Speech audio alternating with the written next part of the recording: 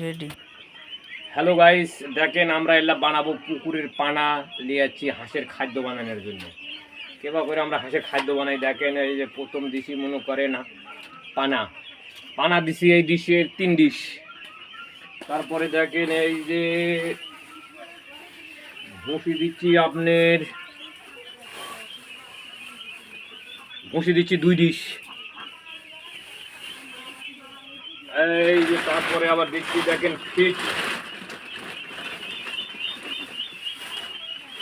এটা দিচ্ছি হচ্ছে আপনার নালিশ ফিট। এই যে দেখেন এটা দিচ্ছি ফিট।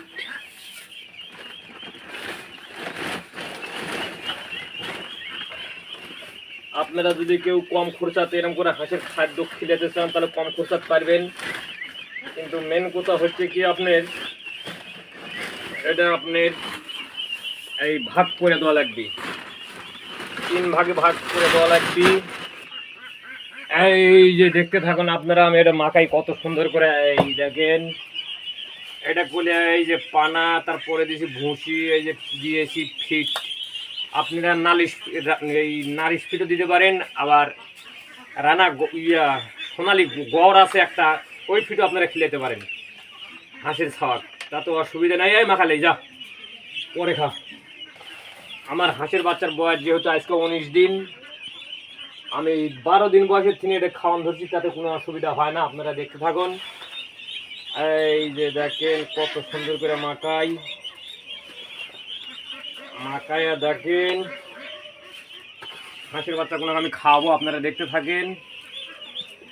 একবারে আপনারা যদি কেউ খাওয়ান, যেহেতু পানা কেনা লাগে না, পানা আপনারা পুকুরে তো পাবেন, পুকুর কন আর মাইকেল কন আর বুদি কন যাই কন সেটার মধ্যে পাবেন। এরকম করে সুন্দর করে মাখায় নেবেন। একবারে দেখেন আমি মাখায়া কত সুন্দর করি দেখেন। এই যে দেখেন আপনারা দেখতে থাকেন, একবারে মাখায় হোক যা হবে। এটা পালিশ করেছি দেখেন কত সুন্দর করে। এই যে দেখেন একটু যেহেতু আমরা বেশি হাঁসে খিলাবো, এই দেখেন আপনাকে একদিন আমি দেখাছিলাম যে হাঁসের বাচ্চাগুলো আজ উঠিছে, একদিনকার বাচ্চা লিয়াচ্ছিলাম। এই যে দেখেন,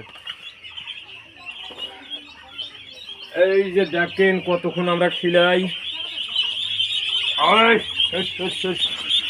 এই যে দেখেন এখন আমার খাইতেই দিবি না, খাবার না দিলে। এই যে দেখেন,